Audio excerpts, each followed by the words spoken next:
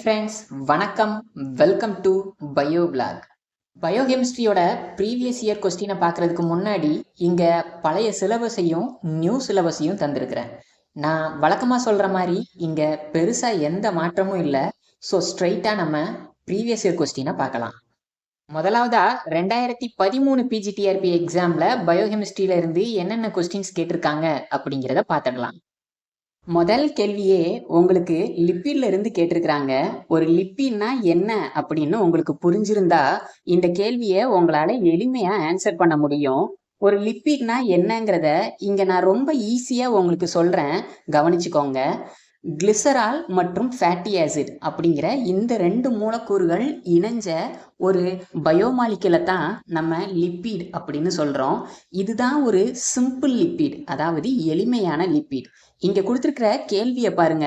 Phospholipids are compound lipids and waxes are simple lipids அப்படின்னு கொடுத்து இதுல எது சரி எது தப்பு அப்படின்னு கேட்டிருக்கிறாங்க. இதுக்கான சரியான ஆன்சர் ரெண்டுமே சரியானது தான். அது எப்படி அப்படின்னு பார்த்தோம்னா, நான் ஏற்கனவே சொன்ன மாதிரி ஒரு சிம்பிள் லிப்பிட் அப்படிங்கிறது கிளிசரால் மற்றும் ஃபேட்டி ஆசிட் அப்படிங்கிற ரெண்டு மூலக்கூறுகள் இணைஞ்சது. இந்த ரெண்டு மூலக்கூறுகள் இல்லாம வேற ஏதாவது ஒரு மூலக்கூறு புதுசா ஒரு லிப்பிடோட இணைஞ்சா அந்த மாதிரியான லிப்பிடை நம்ம காம்பவுண்ட் லிப்பிட் அப்படின்னு சொல்லுவோம். இங்கே நான் படத்தில் கொடுத்துருக்கிற மாதிரி ஒரு பாஸ்போர்ட் லிப்பிட்ல கிளிசரால் மற்றும் ஃபேட்டி ஆசிட் மட்டும் இல்லாமல் எக்ஸ்ட்ராவாக பாஸ்பேட் அப்படிங்கிற ஒரு குரூப்பு ஆட் ஆகி இருக்குது. அதனால பாஸ்போர்ட் லிப்பிட் ஒரு காம்பவுண்ட் லிப்பிட் தான். ரெண்டாவதா வேக்சஸ் ஆர் சிம்பிள் லிப்பிட் அப்படின்னு சொல்லியிருக்கிறாங்க. வேக்ஸை எஸ்டர்ஸ் ஆஃப் ஃபேட்டி ஆசிட் அப்படின்னு சொல்லுவாங்க. அப்படின்னா என்னன்னா, ஃபேட்டி ஆசிடும் ஆல்கஹாலும் இணை புரிஞ்சு ஒரு long chain of fatty acid form ஆகுது. இதுக்கு பேரு தான் வேக்ஸ். ஸோ வேக்ஸில் ஆல்கஹாலும் ஃபேட்டி ஆசிடும் காணப்படும். ஸோ இதுவும் ஒரு சிம்பிள் லிப்பிட் தான். இப்போ உங்களுக்கு ஒரு டவுட் வரலாம், சிம்பிள் லிப்பிட்ல கிளிசராலும் ஃபேட்டி ஆசிட் தானே இருக்கும், இங்க ஏன் ஆல்கஹால் இருக்குது அப்படின்னு தோணலாம். ஆக்சுவலா கிளிசரால் கூட ஒரு ஆல்கஹால் தான். ஸோ இப்போ புரிஞ்சிருக்கும்னு நினைக்கிறேன். லிப்பிட்ல கிளிசரால் அப்படிங்கிற டைப் ஆஃப் ஆல்கஹால் காணப்படுது. வேக்ஸ்ல வேற டைப் ஆஃப் ஆல்கஹால் காணப்படலாம். இது ஃபேட்டி ஆசிடோட இணைஞ்சி ஒரு லாங் செயின் ஆஃப் ஃபேட்டி ஆசிடை ஃபார்ம் பண்ணியிருக்குது. இதை நம்ம வேக்ஸ் அப்படின்னு சொல்றோம். ரெண்டாவது இங்க கேட்டிருக்கக்கூடிய கொஸ்டின் புரோட்டீன்ல இருந்து கேட்டிருக்கிறாங்க. இங்க புரோட்டீனோட ஒரு சில நேம்ஸை கொடுத்து இதுல எந்த புரதம் ரத்தம் உறையிறதுக்கு காரணமானது அப்படின்னு கேட்டிருக்கிறாங்க. இதுக்கு சரியான ஆன்சர் த்ரோம்பின் அப்படின்னு சொல்லக்கூடியது தான்.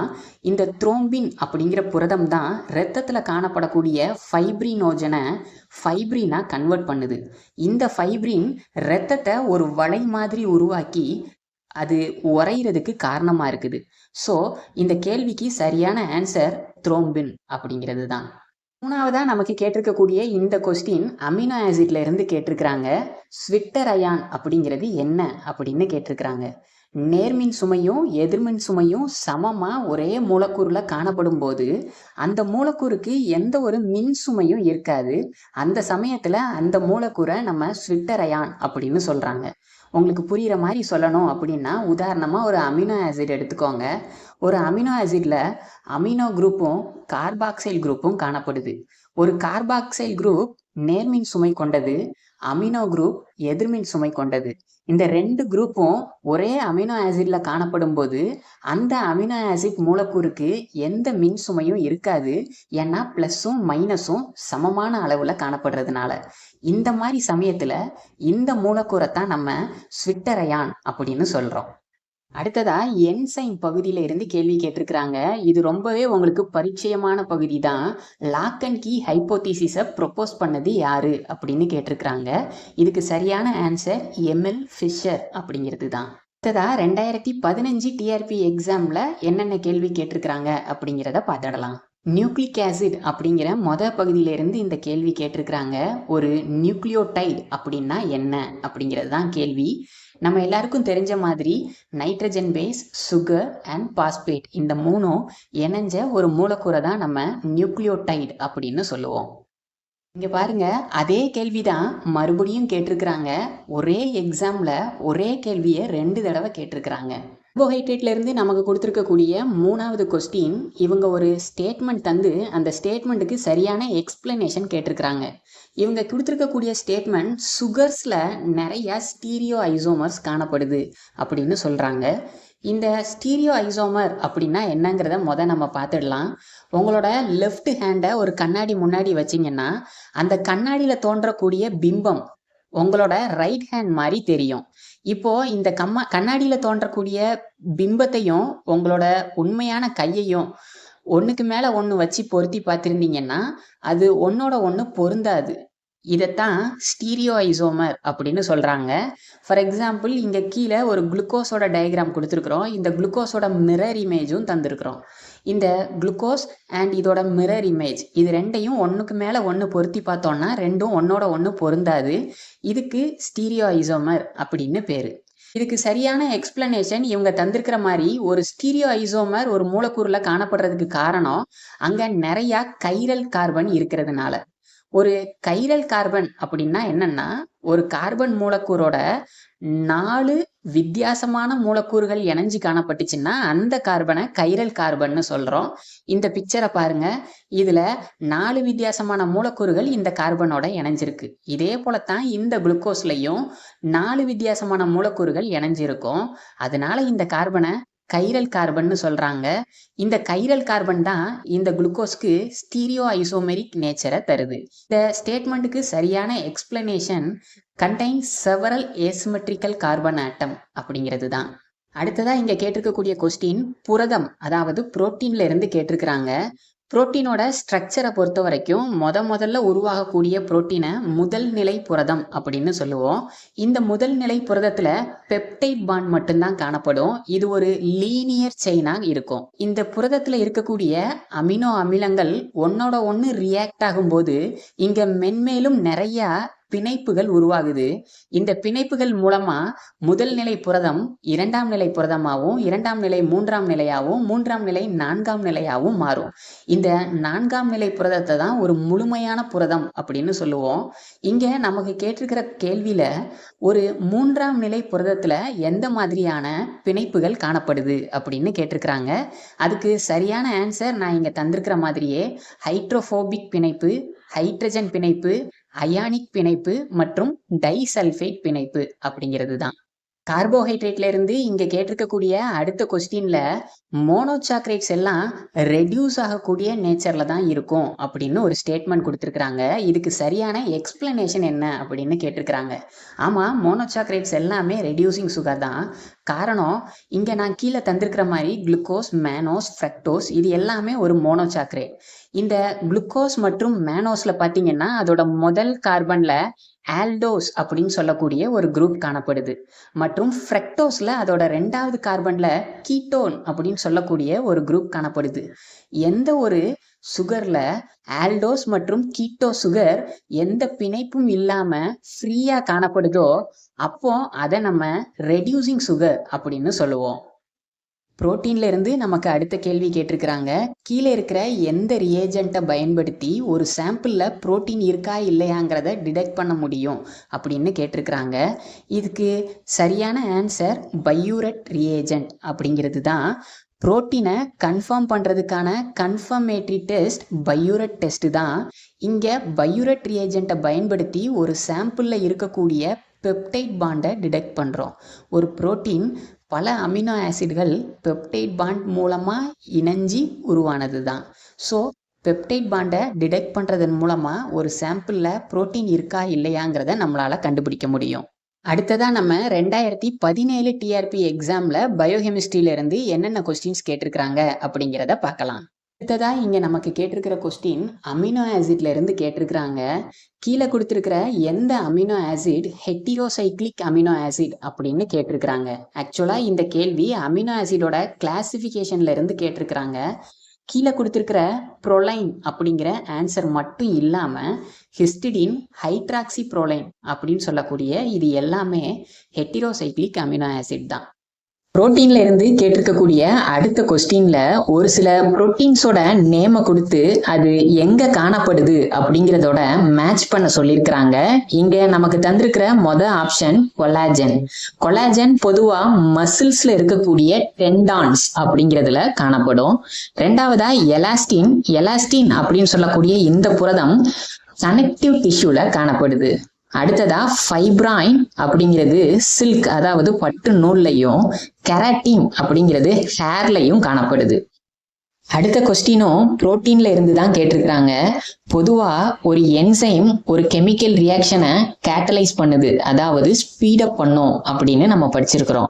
ஆனா இங்க பாருங்க, ஒரு ஆன்டிபாடி கெமிக்கல் ரியாக்ஷனை கேட்டலைஸ் பண்ணுது. கீழே கொடுத்துக்கிறதுல எந்த ஆன்டிபாடி இந்த வேலையை செய்யுது அப்படின்னு கேட்டிருக்கிறாங்க. இதுக்கு சரியான ஆன்சர் ஆப்சைம்ஸ் அப்படின்னு சொல்லக்கூடிய இந்த ஆன்டிபாடி தான். இது ஒரு என்சைம் மாதிரியே ஒரு சப்ஸ்ட்ரேட்டோட எனர்ஜி கம்மியான ஆக்டிவேஷன் எனர்ஜியை பயன்படுத்திக்கிட்டு கெமிக்கல் ரியாக்ஷனை கேட்டலைஸ் பண்ணுது.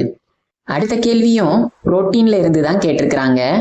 இன்டர்ஃபெரான்ஸ் ஆர், அதாவது கீழே இருக்கக்கூடிய எந்த மூலக்கூறுகள்னால இன்டர்ஃபெரான் ஆனது அப்படின்னு கேட்டிருக்கிறாங்க. நான் இங்க ஆப்ஷன்ல தந்திருக்கிற மாதிரியே ஒரு இன்டர்ஃபெரான் கிளைகோ புரோட்டீன்னால ஆனது.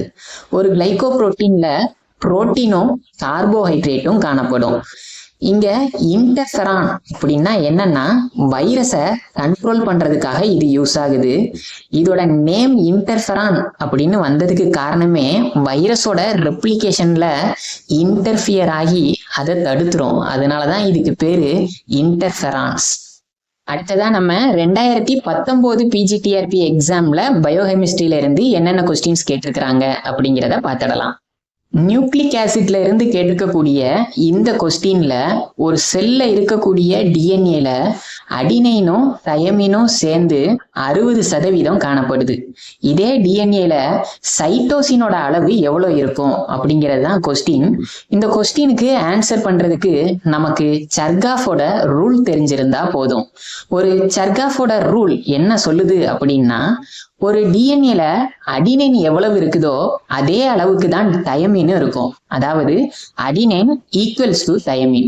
இதே போல குவானைன் எத்தனை இருக்குதோ அத்தனை சைட்டோசின் தான் இருக்கும். அதாவது குவானைன் ஈக்குவல்ஸ் டு சைட்டோசின். ஆனா எப்பவுமே அடினைன் தயமின் ஜோடி எத்தனை இருக்குதோ அத்தனை குவானைன் சைட்டோசின் ஜோடி தான் இருக்கணும்னு அவசியம் கிடையாது. இதுல ஒண்ணு கூடயோ இன்னொன்னு குறையவோ கூட இருக்கலாம். இங்க இந்த கொஸ்டின் ஆன்சர் பண்றதுக்கு அவங்க ஏற்கனவே அடினைன் பிளஸ் தயமின் ஜோடி 60% இருக்குது அப்படின்னு சொல்லிட்டாங்க. இங்க 60% அப்படின்னு மென்ஷன் பண்ணதுனால ஒட்டுமொத்தமா 100 அப்படிங்கிறத நம்ம தெரிஞ்சுக்க முடியும். ஸோ மிச்சம் இருக்கிற குவானைன் பிளஸ் சைட்டோசின் பேர் 40% தான் இருக்க முடியும். இதுல guanine 20, cytosine 20.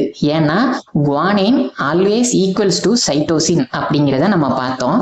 So guanine plus cytosine 40%, அப்போ சைட்டோசின் 20% தான். இதுக்கு சரியான ஆன்சர் ஆப்ஷன் பி 20% தான். மறுபடியும் அமினோ ஆசிடோட கிளாசிபிகேஷன்ல இருந்து அடுத்த கேள்வி கேட்டிருக்கிறாங்க. கீழே கொடுத்திருக்கிற ஆப்ஷன்ல எது பேசிக் அமினோ ஆசிட், அதாவது கார அமினோ அமிலம் அப்படின்னு கேட்டிருக்கிறாங்க. இங்க கொடுத்திருக்கிற ஆப்ஷன்ல மொத 3மே, அதாவது லைசின், அர்ஜினைன், ஹிஸ்டிடின் அப்படிங்கிற இந்த 3மே பேசிக் அமினோ ஆசிட் தான். அடுத்ததா கார்போஹைட்ரேட்ல இருந்து மறுபடியும் ஒரு கேள்வி. இங்க கீழே சில ஸ்டேட்மெண்ட்டை தந்து கார்போஹைட்ரேட்டை பொறுத்த வரைக்கும் இங்க எந்த ஸ்டேட்மெண்ட் சரியானது அப்படின்னு கேட்டிருக்கிறாங்க. இங்க ஆப்ஷன் ஏல அரபினோஸ் இஸ் அ பென்டோ சுகர் அப்படின்னு சொல்லியிருக்கிறாங்க. ஒரு அரபினோஸோட லீனியர் ஸ்ட்ரக்சரை நான் இங்க தந்திருக்கிறேன். இதுல 5 கார்பன் காணப்படுது. ஸோ அரபினோஸ் ஒரு பென்டோ சுகர் அப்படிங்கிறது சரியானதுதான். ரெண்டாவதா ஆப்ஷன் பில இனுலின் ஒரு ஸ்டோரேஜ் பாலிசாக்கரைட் அப்படின்னு சொல்லியிருக்கிறாங்க. ஆமா, டாக்லியா மற்றும் சிக்கோரி மாதிரியான தாவரங்கள்ல இனுலின் தான் ரிசர்வ் ஃபுட் மெட்டீரியலா காணப்படுது. ஸோ ஆப்ஷன் பியும் சரியானது தான். ராஃபினோஸ் ஒரு ட்ரைசாக்ரைட் அப்படின்னு ஆப்ஷன் டில சொல்லியிருக்கிறாங்க. நான் இங்க படத்துல தந்திருக்கிற மாதிரி ஒரு ராஃபினோஸ் குளுக்கோஸ், ஃப்ரக்டோஸ் மற்றும் கேலக்டோஸ் அப்படிங்கிற 3 மோனோசாக்ரைட் சேர்ந்து உருவானது. அதனால option D raffinose is a trisaccharide அப்படிங்கிறது சரியானது. ஆப்ஷன் சில சுக்ரோஸ் ஒரு ரெடியூசிங் சுகர் அப்படின்னு சொல்லியிருக்கிறாங்க. ஒரு சுக்ரோஸ் குளுக்கோஸ் மற்றும் ஃப்ரக்டோஸ் ரெண்டும் சேர்ந்து உருவானது. குளுக்கோஸ்ல இருக்கக்கூடிய ஆல்டிஹைட் குரூப்பும் ஃப்ரக்டோஸ்ல இருக்கக்கூடிய கீட்டோ குரூப்பும் இணைஞ்சி ஒரு சுக்ரோஸ் உருவாகிறதுனால சுக்ரோஸ்ல எந்த ஒரு ஃப்ரீ ஆல்டிஹைட் அல்லது கீட்டோ குரூப்பும் கிடையாது. அதனால சுக்ரோஸ் ஒரு non reducing sugar. So option சிங்கிறது தவறானது. அடுத்ததா 2022 பிஜிடிஆர்பி எக்ஸாம்ல பயோகெமிஸ்ட்ரியில என்னென்ன கொஸ்டின்ஸ் கேட்டிருக்கிறாங்க அப்படிங்கிறதையும் பார்த்துடலாம். இந்த கேள்வி நியூக்ளிக் ஆசிட்ல இருந்து கேட்டிருக்கிறாங்க. இங்க ZDNAல அதோட டயமீட்டர் எவ்வளோ அப்படின்னு கேட்டிருக்கிறாங்க. பொதுவா டிஎன்ஏல ABZ அப்படின்னு 3 வகையான டிஎன்ஏ காணப்படுது. இந்த 3க்கும் இடையில இருக்கக்கூடிய டிஃபரன்ஸ் இங்க டேபிள்ல நான் தந்திருக்கிறேன். இதை நோட் பண்ணி வச்சுக்கோங்க, உங்களுக்கு கண்டிப்பா யூஸ் ஆகும். இங்க ZDNAவோட டயமீட்டர் இங்க இவங்க தந்திருக்கிற மாதிரியே 18 ஆம்ஸ்ட்ராங் யூனிட் உடையது. இந்த கொஸ்டின் கார்போஹைட்ரேட்ல இருந்து தான் கேட்டிருக்கிறாங்க. இங்க 2ல இருந்து 9 மோனோசாக்ரைடுகள் இணைஞ்சுதான் ஒலிகோசாக்ரைடை உருவாக்குது அப்படின்னு நம்ம படிச்சிருக்கிறோம்.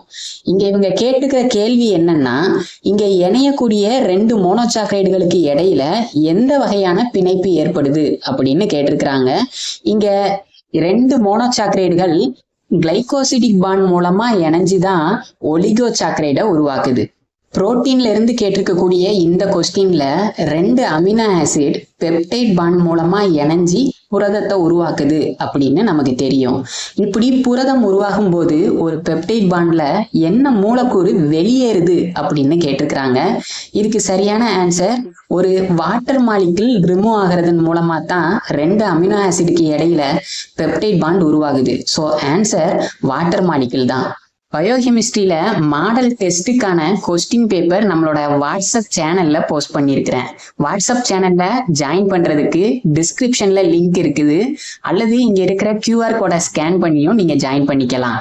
ஒரு பயோகெமிஸ்ட்ரி டாப்பிக்கை நீங்க படிக்க ஆரம்பிக்கும் போது நான் இங்க கொடுத்துருக்கிற மாதிரியே இந்த 6 டாப்பிக்கையும் படிக்கிற மாதிரி இருக்கும். இந்த 6 டாபிக்ல கடந்த 5 வருஷமா எங்கெங்க இருந்து அதிகமான கேள்வி கேட்டிருக்கிறாங்க அப்படின்னு நம்ம பார்த்தோம்னா, புரோட்டீன்ல இருந்து 8 கேள்வியும், அடுத்ததா கார்போஹைட்ரேட்ல இருந்து 5 கேள்வியும் கேட்டிருக்கிறாங்க. ஸோ இந்த 2 பார்ட்டுக்கு அதிக கவனம் கொடுத்துக்கோங்க, மற்ற பகுதிகளையும் நல்லா படிச்சுக்கோங்க.